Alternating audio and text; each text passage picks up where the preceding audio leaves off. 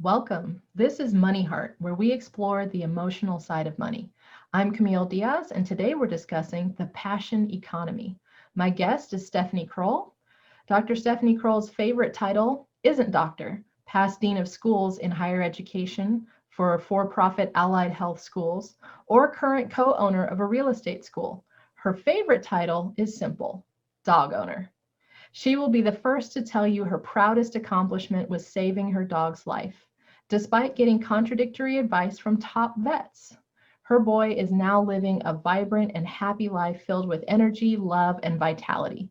She teaches dog owners how to optimize their dog's health by implementing a unique nutrition plan, which is based in science and common sense. Stephanie, welcome to MoneyHeart. Thank you so much, Camille. I'm glad to be here. Yeah, very glad you're here. And I'm super excited about talking about the passion economy and talking about dogs and all kinds of cool stuff today. So even though you've kind of now designed your ideal career, what did you start out doing? Because you've got all that stuff that's not your favorite title. What's all that about? I've kind of lived the life of about 5 people. Okay. Everything from, for-profit higher education. I was a dean of schools for the last 2 decades, professor, educator, that type of thing. And originally when I started out, I was a vet tech, working my way through college. So that's where my passion for animals comes from, as well as, back in the day when I rode horses professionally. I did that for over 25 years. Oh, wow. And so, it was always, and I went to Pony Club, which was a preparatory program for kids who were planning to be horse vets, because that's what I was planning on being, was a horse vet.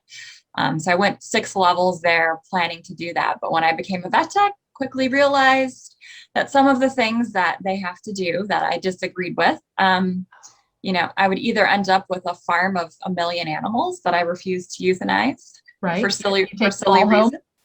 Yeah, for silly reasons. Like, I don't want my dog anymore. Let's euthanize it. I'm like, oh gosh.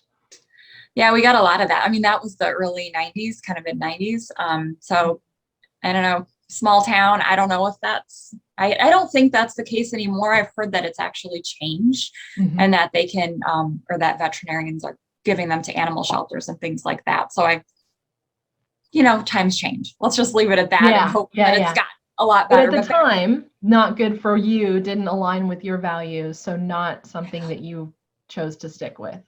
Yeah. No, was really good at it. Loved all the other aspects with surgery and, lab work and all that stuff, but just it's not my time. I'd rather love them and care for them and keep them alive.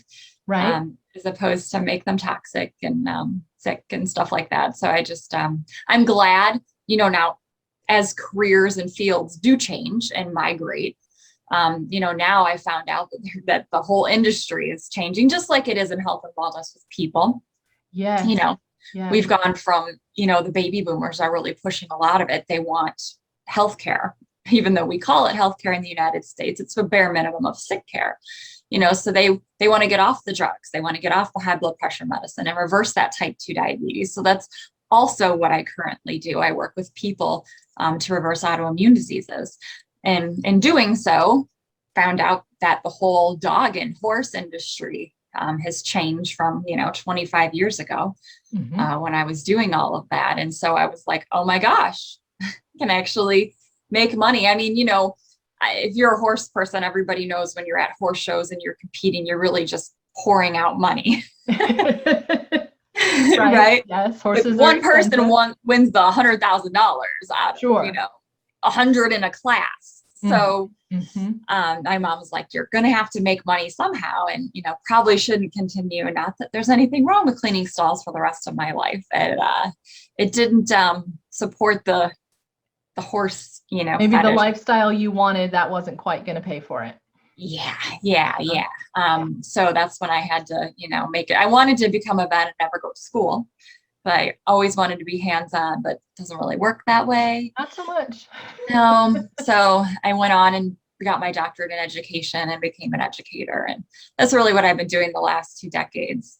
And in getting out of it, kind of accidentally ended up being a co-owner of a real estate school. So, Oh, okay. So got it. So educator, higher education for 20 plus years, and then yeah, went into real estate school. So teaching things about real estate yeah. somehow. It just kind of fell in your lap, huh? Well, it's still higher education. So even though I went there to get my license to stop working for other people and work for myself. I wanted to transition fully out of the for-profit industry.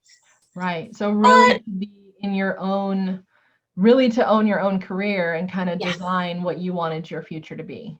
Yeah, I didn't want to work for someone anymore. You know, I somewhere in the mix of things, I had heard someone say, you know, you're either working for someone else's dream or yours. Like, why would you want to do that?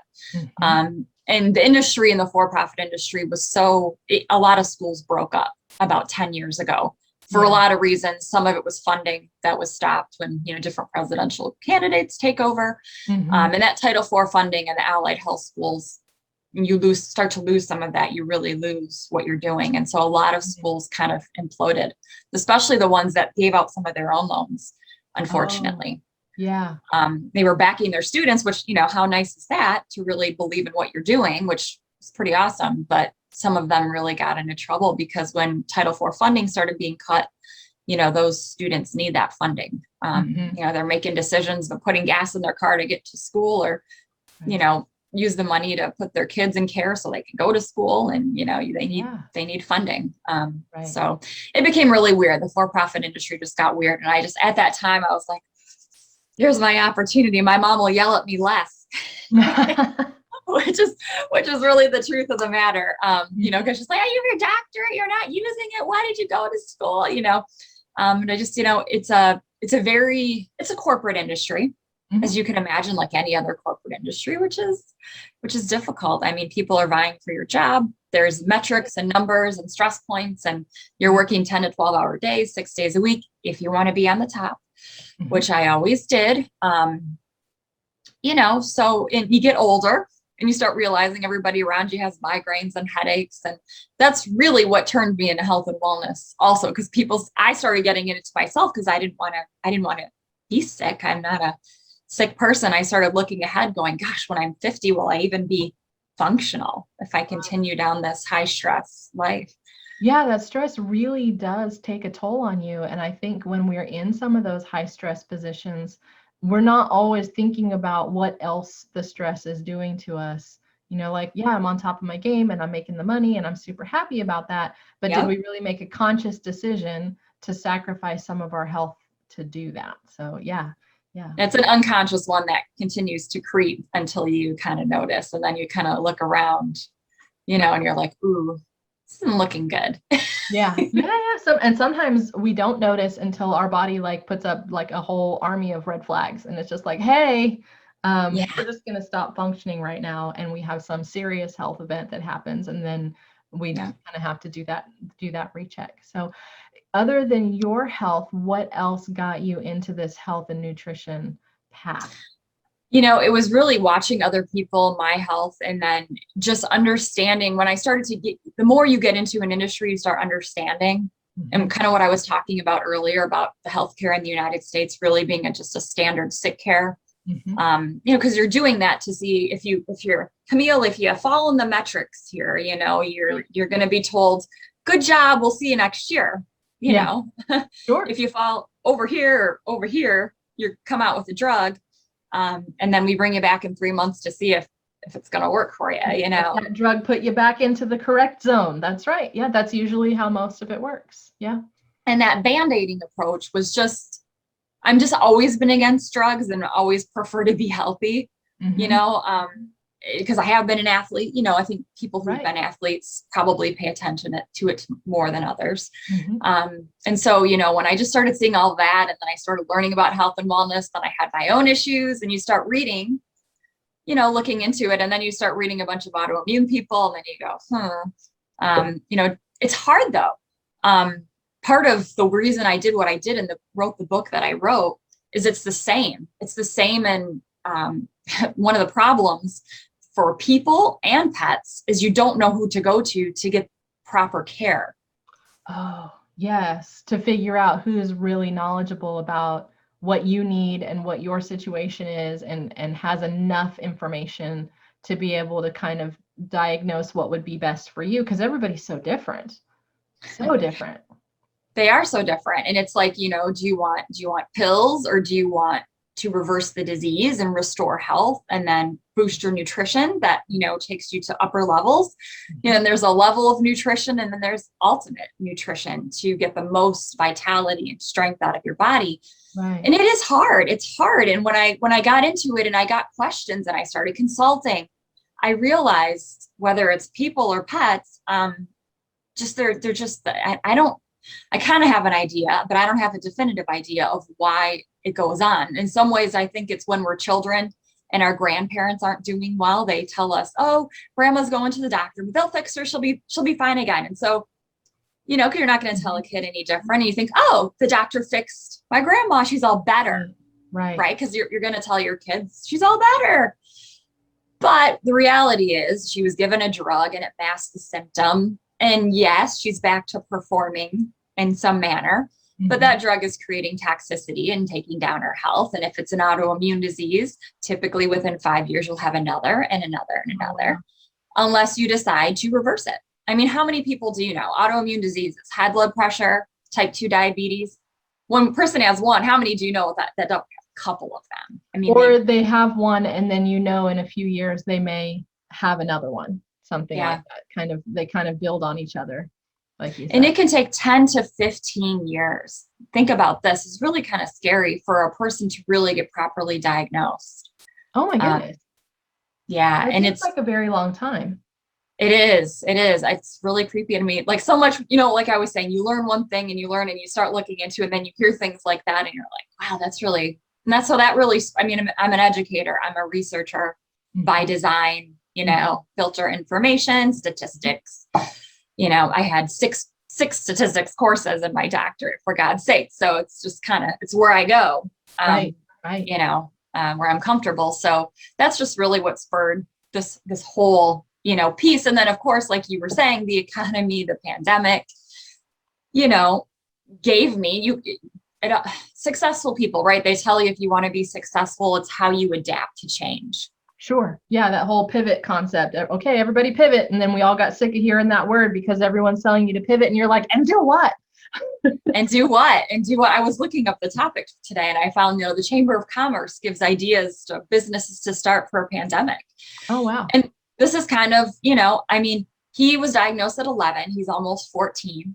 So it was a little bit before the pandemic that this all started with him. And I was, I've been we're talking about your dog. Yeah. So catch us up on the story of what happened with your dog.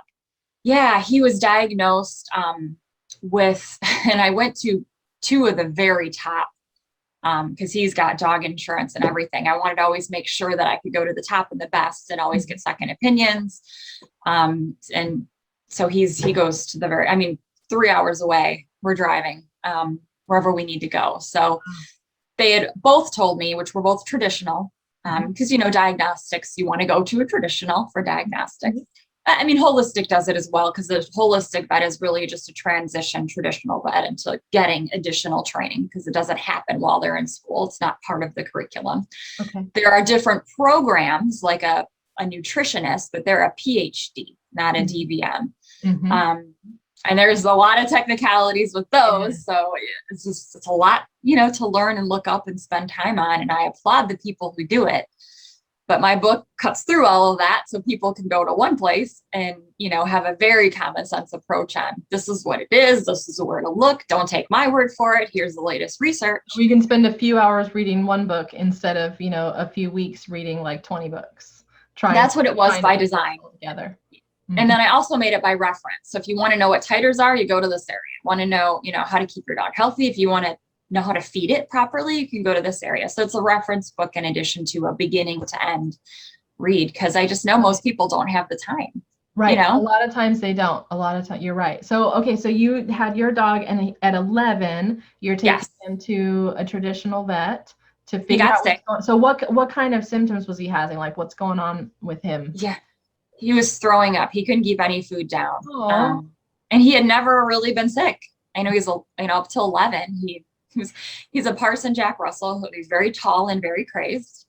And he energy. And, he was doing pretty, I mean, what people tell you, the older you get creaks and you maybe can't jump as hard and you get maybe some allergies, and he had all of that.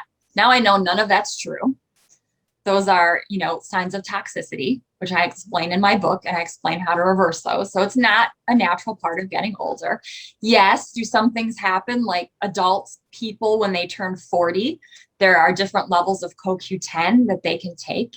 Absolutely. Is it harder to be absorbed? So instead of taking CoQ10, should you take ubiquinol, a more absorptive form? Absolutely. So there are some minor things that you can adjust, but there's like 3 things, a couple of them are supplemental, and you don't have to have the allergies and the not the vibrant look and the energy. You just, just a few tweaks. So it's the same for dogs. Now I know this, didn't know it at the time. Got diagnosed. They said, we did biopsies, everything else. He was traumatized for over a month. His personality had completely, it was really traumatic for him. Labradors are pretty chill. They're like, here's my leg, take some blood. Right. He's not the type that could handle that. And I was really realizing when what's supposed to be a tiny little aspiration, it was through his body because they were doing his liver and his spleen, looking for cancer, to which they found none. But here was their diagnosis. We have found none, but based on the fact that it's in 2 organs, we believe it still is. So even though our diagnostics say it isn't, we believe it is based on our experience. And oh, by the way, he has 3 to 4 months to live, whether you do surgery or whether you don't do surgery. But we suggest if you don't, you will kill him. Wow. That's it. Straight and narrow, precisely what I was told. So, and I just, if the life expectancy is the same, to me, that would indicate like, don't do surgery because you're just going to make the rest of his life miserable. Just going to ruin the time we have. Yeah. Yeah. He's going to be traumatized. His personality already changed for a month from going there. Right. And they, were very nice to him, but he's just was not. That's just something that stresses him out. Yeah. Yeah. He's a high stress boy. You decided maybe there's another way. What did you do? I said, there better be another way because I'm not going to put him through it. I would rather him go in peace than, be put through all of that, especially when you just said, clearly you're a common sense person. Clearly you're a logical person, just like I was. When you say the same thing and the same result, it made no sense to me. So I just, of course I was super traumatized. Of course. And of course, this was all at 1 a.m. So this went all through the night of all the diagnostics. Right. And honestly, I went through 8 years of college, and I never stayed up for 24 hours prior to that. Surprisingly. But, I didn't go to a traditional school, so I worked. But, so I just said, I've got to find another way. So for like another 24 hours, I just researched. Oh, wow. I mean, they said, if I don't do this right now, I'm going to kill him. So that doesn't leave me any time, right? If I don't put him in for the surgery. So I'm like, it didn't make sense. So I said, I've got to find an answer. And so I scheduled consultations with the top holistic Chinese medicine, homeopathy, nationwide, and started on I said, I'm going to give myself a week. And just spent my time researching, which is what I do. And in a traumatized manner of no sleep and nothing, and just did till I found an answer. And after all the consultations, I chose diet. I simply chose diet to make the changes that he needed, restore his health, get rid of the toxicity, and allow the natural capabilities of his body to heal. The only thing we don't know is there enough vitality in the body to heal? There are several stages to creation of cancer. It's in my book. You can look through it for yourself and your dog. Sure. If you're getting allergies and inflammation, you're in the top 2 steps. And it's very clear and concise. And I think it's easy for people to go, yeah, this makes sense. And so that's what I did. I changed his diet immediately. And let me tell you, if I'm someone who's willing to drive hours just to get a proper diagnosis, you can imagine I was feeding him the top dog food, organic, raw, supplements, top of the line, a level of humankind that made it for dogs, like most expensive because I wanted him to live as long as possible. It's the first time I've ever had this type of dog. And he's amazing. He's a person, we do everything together. I've got, a little thing on my bike so he can ride along with me. So we go everywhere together. We have our games, our silly things that we do together. And I was like, no, I'm just not going to do this. And so we started changing, and he started changing every week. I'll tell you, the first thing I can think of was when I gave him his first raw chicken leg. And I peeled the skin off, took off all the fat, which is the direction. And I go, want to try, and he goes, is this for me? Because he was used to dog food. He had kibble prior, he had raw dog food, but still dog food, which are not even standards for human food. This is what's in dog food. And I'm like, yeah, buddy, what do you think? Try to be positive as possible. Cause dogs really pick up on what you feel towards something. Right. So I'm like, just wanted to let him make his choice. And he started gnawing on it, and just his face, I swear to God, he was like, oh my God, just amazing. It's just, he's super silly. So we're very silly together, but his face lit up, and I just knew I was doing the right thing for him. It was amazing. It was amazing. And every week something changed about him. It was his hair started growing in after a few weeks. The pink belly that I thought was just cute was inflammation. It turned white. Oh, and I went, oh my God, I didn't know. Right. His hair grew like 2 inches longer. He grew hair on his face. Yeah. He grew hair on his face, and people that had stopped by and saw him in the window were like, did you get a new dog? No. He can imagine this. I stopped vaccinating him when he was 3 or 4 and moved into titers, which are a way of just testing the blood for antibodies. And it just tells you your dog's immune. You do it for people. If you don't want to over vaccinate a person, you do it for a dog. It's the same thing.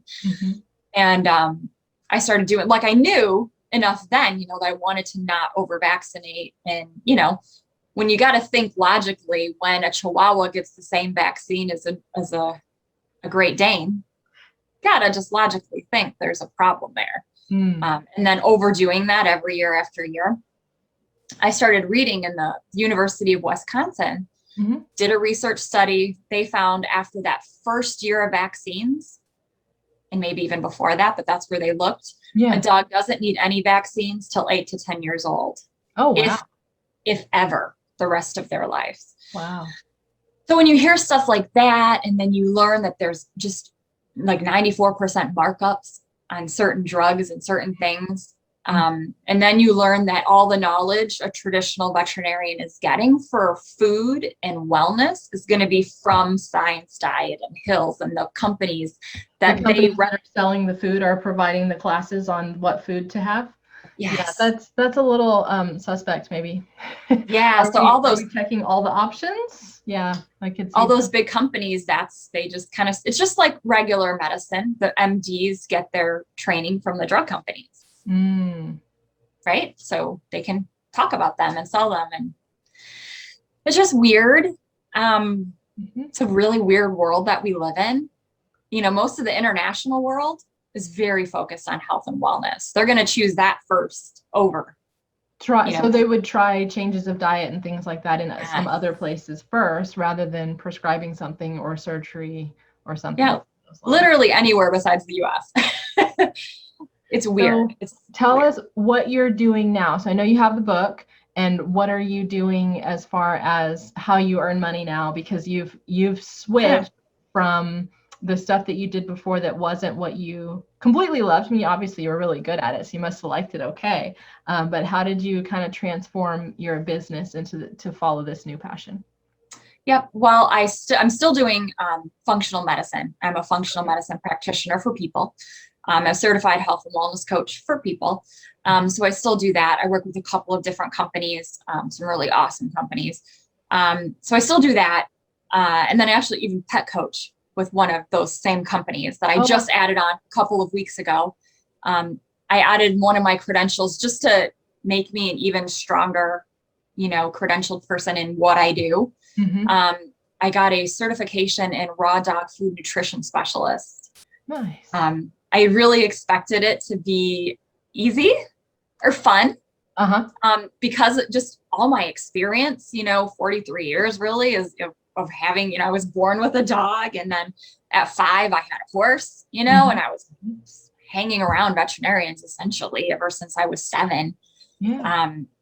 So you gain a lot of knowledge when you're in pony club, which is something I was in. There are these no down competitions where you just basically memorize facts. Oh, okay. And then you compete against other kids. There's Right. like a group of 5 or 6, and I did that for 6 years. So I just really expected, I'm like, okay, I can go do what I love, and this will be easy. I'll just get this certification. It'll be good. It'll help me. It'll maybe fill in anything I don't have knowledge wise, or I didn't get in the research for my book, which was, anytime you write a book, it's extensive. Sure. If you want to do it right. And so I got my certification, and it was hard. The pass rate was like 65%. And I looked, I'm like, God, why is this so hard? The woman who wrote it, who's brilliant, has a PhD and a DBM. And I said, okay, this explains it. But I had to work my butt off for that certification. I'm like, this is harder than, 8 years takes you to get a doctorate. And I can't think of one class that was that hard. Wow. So I, spent time and time going over it. I mean, you're calculating percentages to make sure diets have proper nutrition. You're going to like a website from the USDA, and it literally tells you how many calories for a particular item of food. I mean, it's crazy detailed. And so I'm so glad I did it. You don't know what you need until you know it's there. So it just really made everything stronger. It gave me so much more knowledge, about the industry. Like, I always ask people when they're really kind of hell-bent on commercial pet food, I say, do you know what's in it? Yeah. Do you know what the FDA considers dog food? They don't actually consider it food. And that's not from me. That's from the FDA. It's considered feed. So, when the FDA is like the bottom line for the United States and measuring food so we don't die. Right. It's not, it's bare minimum. Yeah. Yeah. You're correct. The bare minimum. And so when they don't even consider dog food. So dog food doesn't even meet the bare minimum food level. So it's below that.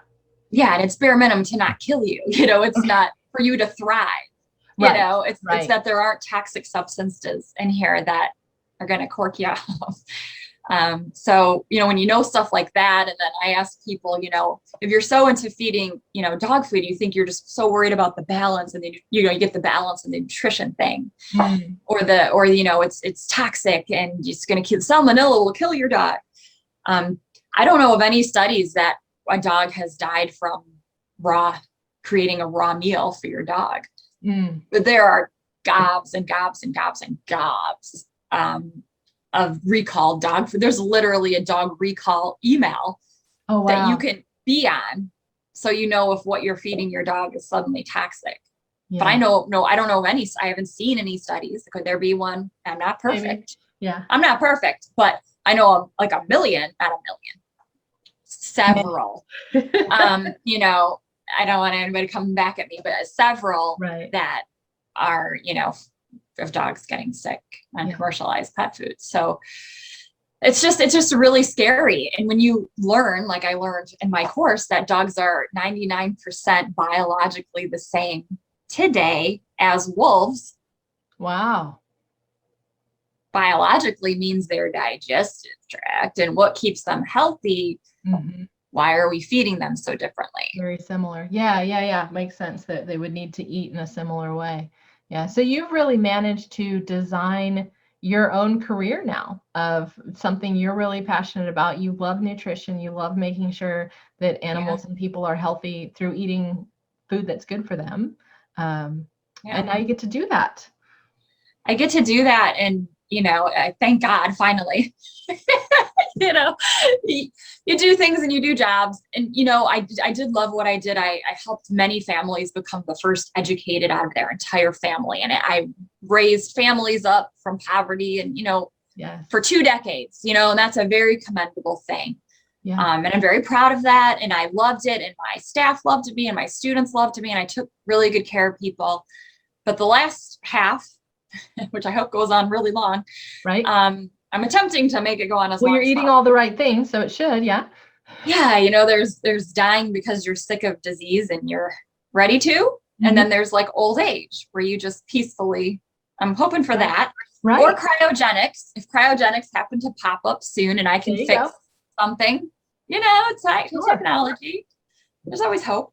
Yeah. So that's, you know, that's the goal. But truthfully, I am so fortunate finally that I can really do what I really, really love and what I wanted to start out doing, but couldn't find a way to make money at it. Back then, you know, the world has shifted, thank God, to more health and wellness. You know, diabetes clinics are putting in certified health and wellness coaches now, even to reverse these things that often thought wouldn't be able to be. I mean, you can Google the list of autoimmune diseases. So many of times you eat your way in, or it's what you put on or in yourself to make yourself toxic to create all this. A lot of it's GMOs, a lot of it's, you know, some bigger companies out there, what they spray on the food. So if we eat our way in, can we eat our way out? You can. That's the whole thing about autoimmune diseases. That's what I tell people. But, you know, you got to realize that the same person who made themselves sick didn't always have either the knowledge or the discipline to necessarily not do that. Mm-hmm. So if I, you know, create a diet for them and tell them this is what you're going to need to do, that's why there's health and wellness coaching, you know, to keep people on point, on target, check in with them.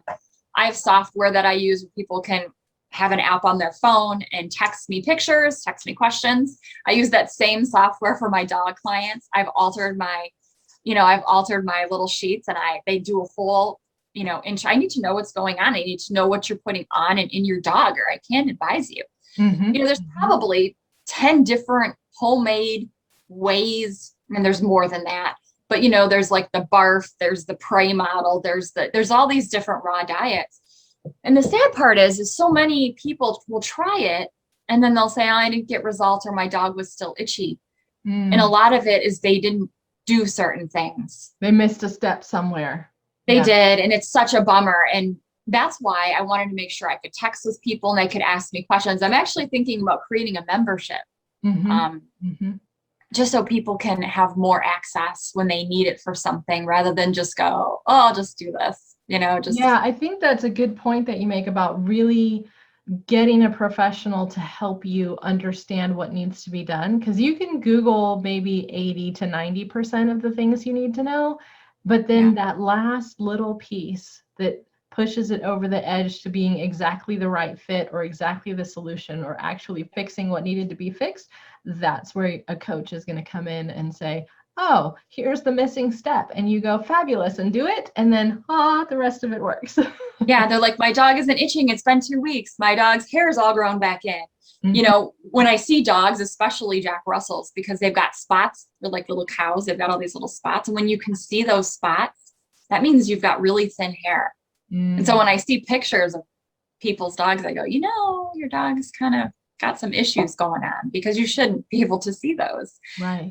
They should have nice, thick, you know, they say about people, whatever they look like on the outside is what's going on the inside. So if you're looking sparkly and shiny, that's probably pretty good on the inside. You know, if you're suddenly holding on to weight, well, you've got a sick body, whether it's people or pets. If you're starting to hold weight, there's some toxicity issues going on there. Mm-hmm. And again, find the root cause, which is what anybody in functional medicine or naturopathy, or they find the root cause, what's creating it, and then they reverse that and take you out of it. Your body can heal.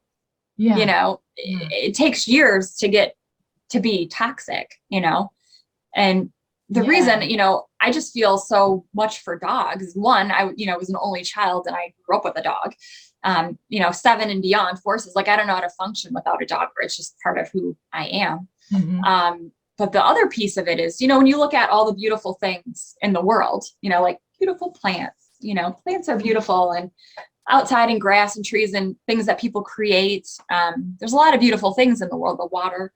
But dogs are just amazing. They love you no matter what. Right. Which is kind of sad in some ways, because dogs can really be mistreated, which we are not going to talk about that, because that will lead me down a whole nother way. But, when you have your backyard, for example, and then you fertilize it, your dog walks through that every single day. They lick their paws. Again, a lot of what I do is common sense. The diet is common sense and allowing the dog to heal. If you're putting chemical potions and perfumes on your dog, I've seen the shows lately, and I don't even want to look it up, because I know if it's not what I think it should be, I'm going to be really angry. But do you see all those shows that are coming out where they're cutting their hair and they're dyeing the dog's hair to different colors? But I'm not I miss a lot of TV. I don't watch I don't watch everything, and sometimes I miss stuff, but that sounds pretty out there. It is. And I've just seen it come out recently. Yeah. If if it's like beet juice. The what? Sorry. I said, if it's like beet juice or something, or turmeric, and they're dyeing them, and that's, and they're rinsing it out.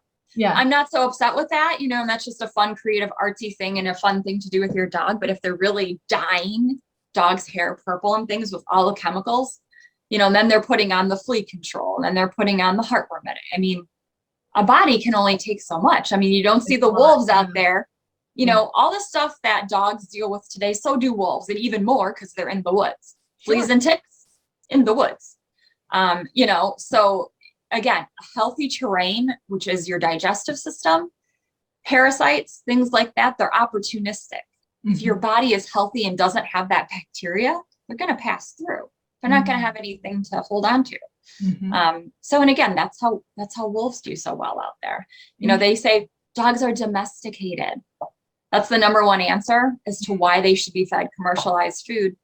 If you ever looked up, and you were just talking about research, if you look up the word domesticated, it just means that they're in here sleeping, which he's right here sleeping in his little doggy snuggie, his little dog snug. He doesn't have to go dig a hole, burrow down. And that's what domesticated means. It has nothing to do with biologically, 99% biologically to a wolf. And people just don't think. They follow people with credentials, and what happened to do no harm? Why are people recommending things that just they shouldn't? And there's no harm in someone saying, this is out of my field, let me recommend you to someone. Why can't people do that? Right. This is not a bash. Thing to do. Yeah. Yeah. What I do is not a bash. What you had said about it takes years to get to that point. Because it's good to remember that when we start looking for solutions, some changes can happen right away. You make a change and you see a result, but to be patient with these things, because sometimes people, I'm just going to switch it for a week, or I'm going to try this for 2 days or something like that. It's like, well, if it took 12 years to become sick, it might take more than 3 days to get better. You're correct. And if you've blocked symptoms with drugs, whoa, and I'm not, I don't want to make a big deal of it, because then people are like, oh, my dog's hair is going to fall. They're getting it. But it'll be a process. It's a process. A process. Yeah. You have to be patient. You have to trust the process. You have to fast your dog when your dog's body is expelling all of these toxins that you've put into it. You've got to be patient and let the dog heal. Let the dog rest. You shouldn't be running out on dog walks. Let the dog rest. I'm just, everything I talk about is common sense. Observe your dog. And in today's world, the world of social media and constant phone looking, how many people do you see on their phones on dog walks? They're not even looking at their dog. And how is that fair to their dog? I mean, they want to spend time with them, and they're like, well, I'm on a walk, I'm spending time with them. But are they going, well, does he look ribbier? Does he look fatter? Does he look having, the same way as normal? Yeah. Yeah. Does he have an injury? Right. Yeah, for sure. How many things do we just not see? And that's the other most beautiful thing about this diet is it's super simple and easy. Half the time I eat what he's eating. Of course, I don't eat the raw meat days. Sure. But it's super simple. We can share, we bond, we have a totally different relationship. He actually talks to me, which means he wasn't healthy in 11 years to even talk to me, to use his voice. He's just, his personality, we interact. And it's really what it should be. You know, he's running around. He's going to be 14, going on 1. You know, crazed, Right. which I love. I mean, I love his crazy. If you're a Jack mom, you have to be a little crazy yourself because you have to want to participate, you know, in that spontaneous, energetic, Right. go love life. He actually makes me enjoy life.